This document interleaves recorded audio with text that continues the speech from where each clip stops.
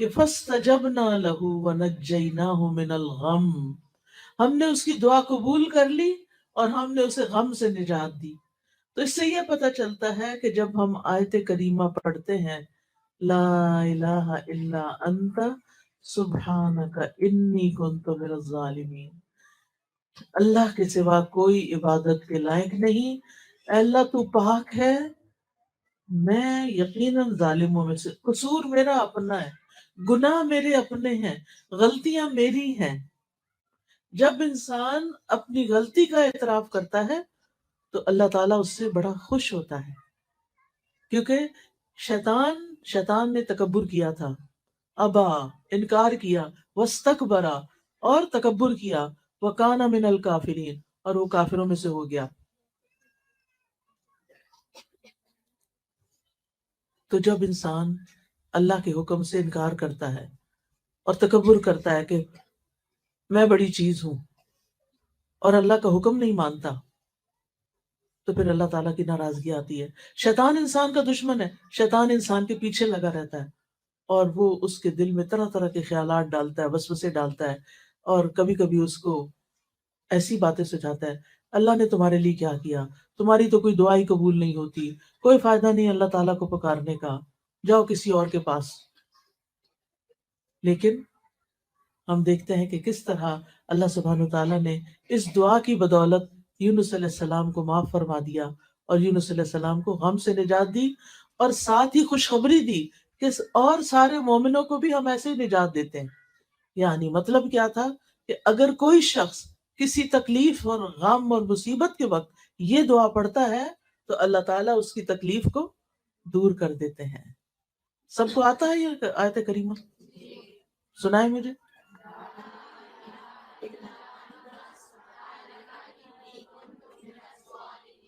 شابش، بہت ہی اچھا۔ تو اس سے کیا پتہ چلتا ہے کہ جب دل پہ بوجھ آئے، جب دل پہ غم آئے، جب کوئی فکر آئے، جب دل اداس ہو، جب دل پریشان ہو، تو کیا کریں؟ یہ آیت کریمہ پڑھیں، تسبیح پڑھیں۔ تسبیح غموں کا علاج ہے۔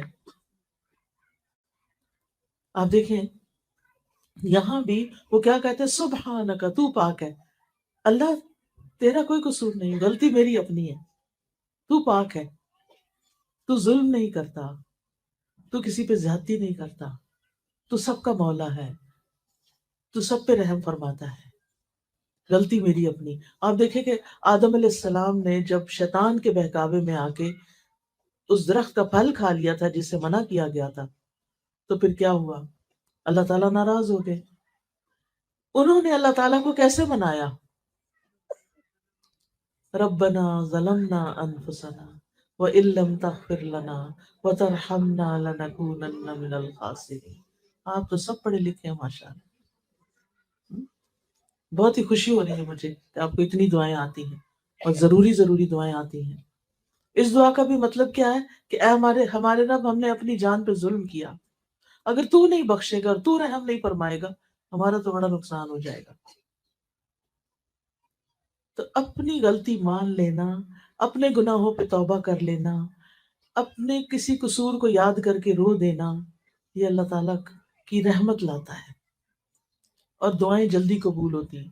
اچھا، ہمارا عام طور پر رواج یہ ہے کہ جب کوئی تکلیف آتی ہے تو ہم لوگوں کو کہتے ہیں مجھے پڑھ کے دے دو۔ اچھا، وہ جب پڑھتے ہیں تو وہ کہتے ہیں انی کنت من الظالمین، وہ تو اپنے قصوروں کی معافی مانگ رہے ہیں، آپ کو کیا دیں گے وہ؟ انہوں نے یہ تو نہیں کہا کہ یہ لڑکی جس نے مجھے کہا ہے یہ بڑی ظالم ہے، نہیں، وہ تو نہیں کہہ سکتے۔ تو ہر انسان کو خود اپنے لیے پڑھنا چاہیے، ٹھیک ہے نا، زیادہ سے زیادہ۔ اور اس میں کوئی شرط نہیں ہے کہ ضرور 1.25 ہی پڑھیں، آپ چاہیں تو 2 لاکھ پڑھ لیں، کسی نے منع نہیں کیا، 4 لاکھ پڑھ لیں، یا آپ چاہیں تو جتنی دفعہ آپ سے پڑھا جاتا پڑھ لیں۔ لیکن اصل چیز کیا ہے کہ آپ کے اندر ایک تاثیر ہونی چاہیے، پڑھتے وقت آپ کا دل رونا چاہیے، اللہ میری سے غلطی ہو گئی ہے، اس وجہ سے میری شامت آئی ہے، آپ مجھے معاف کر دیں۔ تو اپنی غلطیوں کا اعتراف جو ہے یہ انسان کی سرشت میں ہے۔ شیطان نہیں مانتا اپنی غلطی، اور جو انسان اپنی غلطی نہ مانے وہ شیطان کا بھائی ہے، ٹھیک ہے نا۔ اب ہمیں دوسروں کو تو ہم نہیں منوا سکتے، لیکن ہم اپنی اپنی فکر تو کر سکتے ہیں نا، اپنی مشکلات سے تو نکلنے کے لیے یہ وظیفہ کر سکتے ہیں اور کرتے رہنا چاہیے۔ تو اس آیت سے یہ بات پتہ چلتی ہے کہ تسبیح کرنا، لا الہ الا اللہ پڑھنا، اس میں دو چیزیں پڑھی ہیں انہوں نے، لا الہ الا انت، ویسے وہ دوسرے لفظوں میں ہم کہتے ہیں لا الہ الا اللہ، اس لیے غم کا علاج لا الہ الا اللہ میں، اللہ کے سوا کوئی عبادت کے لائق نہیں۔ جب کبھی دل بوجھل ہو، کثرت سے پڑھے لا الہ الا اللہ، لا الہ الا اللہ، لا الہ الا اللہ، آپ دیکھیں گے تھوڑی دیر کے بعد آپ کا دل ہلکا ہونے لگے۔ اور دوسرا انی کنت من الظالمین، سبحانک، دوسرا ہے سبحانک، تو پاک ہے۔ تو اس میں ہم کیسے پڑھ سکتے ہیں؟ سبحان اللہ، سبحان اللہ، سبحان اللہ۔ ایک دفعہ سبحان اللہ کہنے سے زمین اور آسمان کے بیچ کی فضا بھر جاتی ہے، اتنا بڑا کلمہ ہے یہ۔ ایک دفعہ الحمدللہ کہنے سے میزان بھر جاتا ہے، اتنے وزنی ہے یہ کلمات۔ اللہ کا ذکر بہت بڑی چیز ہے، معمولی چیز نہیں ہے۔ وَلَا ذِكْرُ اللَّهِ اکبر، اس لیے ہمیں کثرت سے اللہ کو پکارنا چاہیے، اور جو اللہ کو پکارتا رہتا ہے، الا بذکر اللہ تطمئن القلوب، خبردار، اللہ کے ذکر سے دلوں کو اطمینان آ جاتا ہے۔ لیکن ہم اکثر یہ بھول جاتے ہیں، ہم بھول جاتے ہیں کہ اللہ کے ذکر میں اطمینان ہے، اللہ کے ذکر میں سکون ہے۔ تو اللہ سبحانہ تعالیٰ کو ہر حال میں یاد کرتے رہے، اور تسبیح پڑھتے رہیں، اور لا الہ الا اللہ توحید کا اقرار کرتے رہیں۔ اس دعا کے بارے میں نبی صلی اللہ علیہ وسلم نے فرمایا، یونس علیہ السلام ذوالنون کی دعا جب وہ مچھلی کے پیٹ میں تھے، یعنی لا الہ الا انت سبحانک انی کنت من الظالمین، جب بھی کوئی مسلمان کسی معاملے میں ان الفاظ کے ساتھ اپنے رب سے دعا کرے، اس کی دعا ضرور قبول ہوگی۔ یعنی اگر آپ کی کوئی اور دعائیں بھی ہیں، کوئی حاجتیں ہیں، تو یہ تسبیح پڑھ کے ایک دفعہ پڑھے، دو دفعہ پڑھے، تین دفعہ، پانچ دفعہ، جتنا آپ کے پاس ٹائم ہے، یا دعا مانگنے سے پہلے آپ پڑھ لیں اور پھر اپنی دعا کریں۔ بچوں کے ایگزامز ہیں، یا کوئی جاب کا مسئلہ ہے، یا کاروبار کا مسئلہ ہے، یا کوئی بیمار ہے، یا کوئی دکھی ہے، پریشان ہے، تو آپ کیا کریں؟ دعا کریں، اپنے لیے بھی کریں، دوسروں کے لیے بھی کریں۔ مسلمان کی دعا مسلمان کے حق میں قبول ہوتی ہے، اور اس کے لیے فرشتہ دعا کرتا ہے، یا اللہ اس کو بھی یہی عطا فرما۔ اسی طرح رسول اللہ صلی اللہ علیہ وسلم نے فرمایا، کیا میں تمہیں ایسی چیز نہ بتا دوں کہ جب تم میں سے کسی آدمی کو کوئی رنج و الم ہو، دنیا کی آزمائشوں میں سے کوئی آزمائش آ جائے، اور وہ اس دعا کو پڑھے تو اس کی تکلیف دور ہو جائے گی؟ تو آپ سے کہا گیا کیوں نہیں؟ آپ نے فرمایا وہ مچھلی والے کی دعا ہے، لا الہ الا انت سبحانک انی کنت من الظالمین۔ اس دعا کو دعائے کرب کہا جاتا ہے، یعنی کرب و بلا کے وقت یہ دعا پڑھی جائے۔ اس دعا میں نا چار چیزوں کو وسیلہ بنایا گیا ہے، ایک توحید کو، ایک تسبیح کو کہ اللہ ہر عیب سے پاک ہے، اور پھر اپنی عبادت کے اقرار کو، اور اپنی غلطیوں کے اعتراف کو۔ یہ چار چیزیں ہیں خاص اس دعا کے اندر، جس کی وجہ سے دعا کی قبولیت ہوتی ہے۔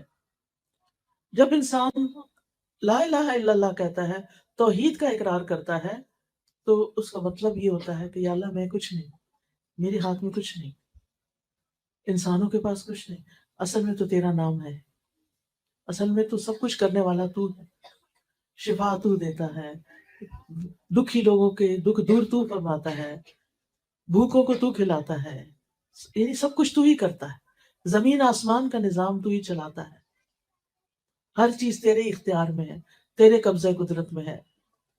تو جب ہم یہ اقرار کرتے ہیں تو پھر اس کے نتیجے میں اللہ تعالیٰ ہم سے راضی ہوتا ہے، کیونکہ اللہ تعالیٰ سب سے بڑا ہے، اور اللہ تعالیٰ کو یہ پسند ہے کہ بندے اس کی بڑائی کا اظہار کریں۔ پھر اللہ تعالیٰ ہر عیب اور ہر نقص سے پاک ہے، اور جب ہم یہ یقین کر لیتے ہیں نا، تو پھر ہمارے دل میں اللہ تعالیٰ کے لیے بدگمانی نہیں آتی، پھر بندہ اللہ سے ناراض نہیں ہوتا۔ کئی لوگوں کو دیکھا گیا ہے، اگر ان کا مسئلہ حل نہ ہوتا نماز ہی چھوڑ دیتے ہیں۔ توبہ توبہ، اس سے توبہ کرنی چاہیے، کبھی بھی اللہ تعالیٰ کے ساتھ ضد نہیں لگانی چاہیے۔ کیا کوئی اللہ سے جیت سکتا ہے؟ کوئی اللہ کو ہرا سکتا ہے؟ ہرگز بھی نہیں، کبھی بھی نہیں ہو سکتا۔ اس لیے اپنی یعنی اپنی غلطیوں کو دیکھنا چاہیے، اللہ تعالیٰ سے بدگمان نہیں ہونا چاہیے۔ بعض اوقات ایسا ہوتا ہے کہ ہماری زندگی میں کوئی ایسی چیز آ جاتی ہے جو ہمیں بڑی ناپسند ہوتی ہے، مثلاً کسی لڑکی کی شادی کسی ایسی جگہ ہو گئی کہ اس کے سسرال اس کو پسند نہیں ہے، کسی کو اپنا شوہر پسند نہیں، کسی کے لیے کوئی اور مشکل کھڑی ہو گئی۔ ایسی چیزیں زندگی میں ہوتی رہتی ہیں نا، پھر انسان کہتا ہے اب میں کیا کروں، کس طرح اس مسئلے سے نکلوں، کیا کروں، کیسے کروں؟ لیکن جب وہ یہ دیکھتا ہے کہ اللہ تعالیٰ فرماتے ہیں قرآن مجید میں عَسَىٰ أَن تَكْرَهُوا شَيْئًا وَيَجْعَلَ اللَّهُ فِيهِ خَيْرًا كَثِيرًا، ہو سکتا ہے ایک چیز تمہیں سخت ناپسند ہو اور اللہ تعالیٰ اس میں بہت بڑی خیر ڈال دے۔ بعض اوقات آپ کی ٹرانسفر کسی اور شہر میں ہو جاتی ہے، آپ کا کاروبار کہیں اور ہوتا ہے، آپ کو اپنے دوست، ماں باپ، بہن بھائی چھوڑنے پڑتے ہیں، یہ سارے دکھ کے وقت ہوتے ہیں، لیکن پھر آپ کیا سوچتے ہیں اس میں بھی کوئی خیر ہوگی، اس کے پیچھے بھی کوئی حکمت ہوگی، اللہ تعالیٰ میرے حق میں کبھی بھی برا نہیں کرتا، اللہ تعالیٰ بڑا ہی مہربان ہے، یا اس میں کوئی خیر ہوگی، کوئی فائدہ ہوگا۔ اور بعض سلف صالحین کہتے ہیں کہ ایک میرا فیصلہ ہوتا ہے اور ایک اللہ کا فیصلہ ہوتا ہے، نافذ تو اللہ کا فیصلہ ہوتا ہے، جب وہ اللہ کا فیصلہ نافذ ہو جاتا ہے اور وہ میری مرضی کے خلاف بھی ہوتا ہے تو تب بھی میں خوش ہوتا ہوں، میں کہتا ہوں میرا رب مجھ سے زیادہ جانتا ہے، میرے حق میں کیا بہتر تھا اس کو زیادہ پتا ہے۔ مثلا آپ کو بیٹے کی بڑی خواہش ہے اور بیٹی پیدا ہو جاتی ہے، کتنا دکھ لگ جاتا ہے لوگوں کو، بعض لوگ تو بیٹی دیکھتے بھی نہیں ہیں، عید ہی کو جا کے دے دیتے ہیں یا مار ڈالتے ہیں یا پھینک دیتے ہیں، ایسے بھی واقعات ملتے ہیں، یا بیوی کو گھر سے نکال دیتے ہیں حالانکہ اس میں بیوی کا کوئی قصور نہیں، وہ تو اللہ کا فیصلہ ہے نا، جس کو چاہے بیٹے دے، جس کو چاہے بیٹیاں دے، جس کو چاہے دونوں دے، جس کو چاہے کچھ بھی نہ دے، یہ تو اللہ کا فیصلہ ہے، یہ تو اس کو پتا ہے کہ کس کے ساتھ کیسا معاملہ کرنا ہے۔ بندے کا کام کیا ہے کہ اللہ کے فیصلوں پہ راضی ہو جائے، یہ سوچ کے کہ اللہ زیادہ علم والا ہے، اللہ کی حکمت زیادہ ہے، اگر مجھے نہیں پتا تو یہ میری اپنی عقل کا قصور ہے کیونکہ میری عقل چھوٹی ہے۔